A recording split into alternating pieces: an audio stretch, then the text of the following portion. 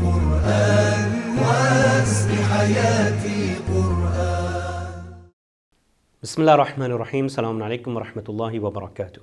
Inshallah, today we'll be learning 10 lessons from Juz 17. Let's go to our first lesson. اقترب للناس حسابهم وهم في غفلة معرضون.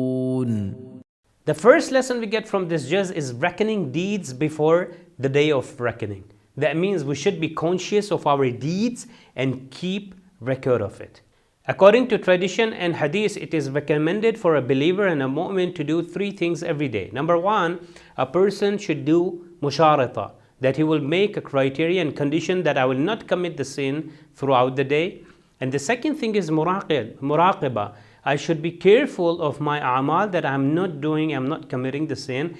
And at the night, the end, the last thing is the muhasibah. I should be accounting and I should be checking up, I should be reckoning deeds that have I committed the sin on that day or not. Imam Musa al-Kadhim alayhi salam says, he is not amongst us who does not keep calculation of his deeds daily and account of it. Therefore we learn a mu'min should keep the calculations of his deeds every day. وما أرسلنا قبلك إلا رجالا نوحي إليهم فاسألوا أهل الذكر إن كنتم لا تعلمون. The second lesson we get from this juz is to ask from people of knowledge. Allah subhanahu wa ta'ala is saying, فاسألوا أهل الذكر. If you don't know, then you should ask the people of knowledge, the people of reminder, those who know. The best mistaq and the best example of Ahlul Dhikr are the Ahlul Bayt alayhi salam.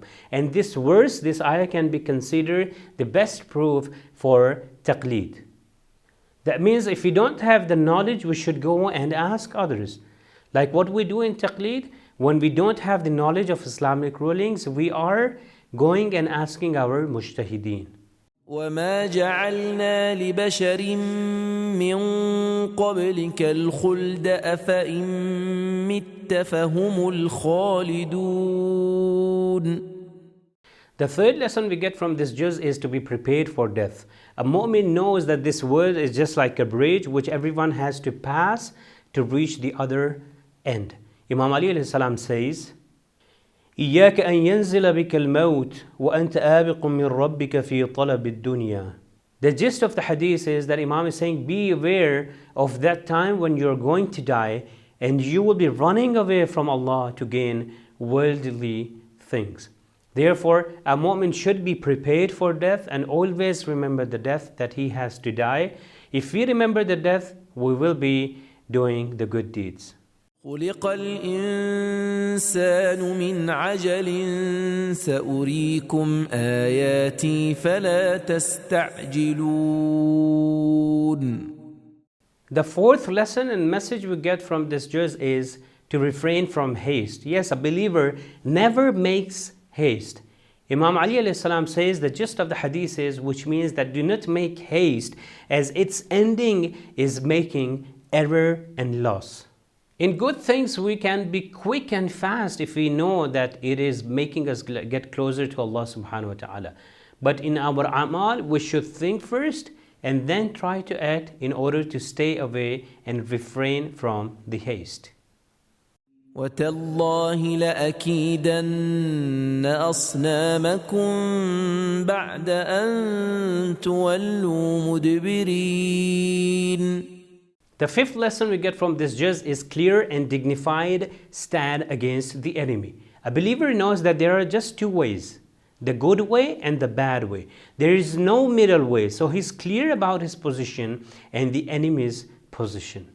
Therefore, a Muslim and mu'min should try to stay firm and strong against the enemy and not change his position.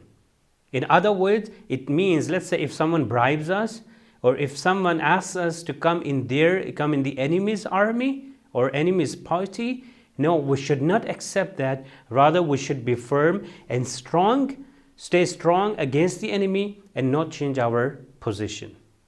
أُفٍّ لكم ولما تعبدون من دون الله أفلا تعقلون.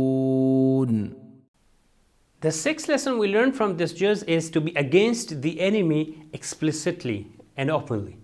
A believer is always explicit in his position against the enemy. Like Prophet Ibrahim alayhi salam, we know that openly declared his enmity towards Namrud. He didn't get afraid in front of Namrud. We know that Namrud was the king of that time and could do anything. But when Prophet Ibrahim knew that God is with him, he stood against the enemy explicitly and openly. Therefore, a mu'min should also, when he knows the enemy and he knows that enemy is against Allah subhanahu wa ta'ala, the mu'min should stand against the enemy explicitly and openly.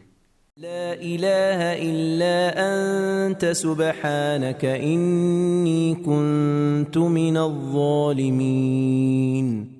The seventh lesson we learn from this juz is accept your mistakes. Yes, a believer accepts his mistakes immediately and does not justify it.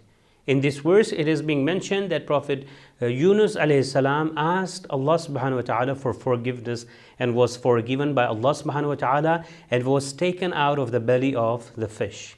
According to the Shia beliefs, prophets are ma'soom.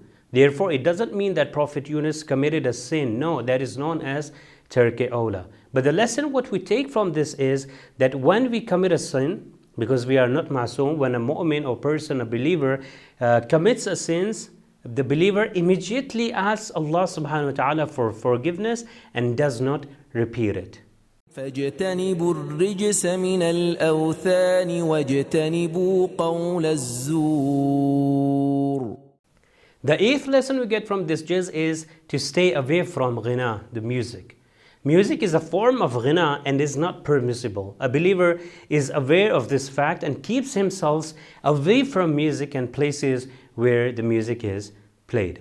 From the gist of the hadith from Imam Sadiq alayhi salam, we understand that we should save ourselves from ghina, that is music and wasting time. We should be extra careful not to bring in music into the holy lyrics of Noha or Mursias.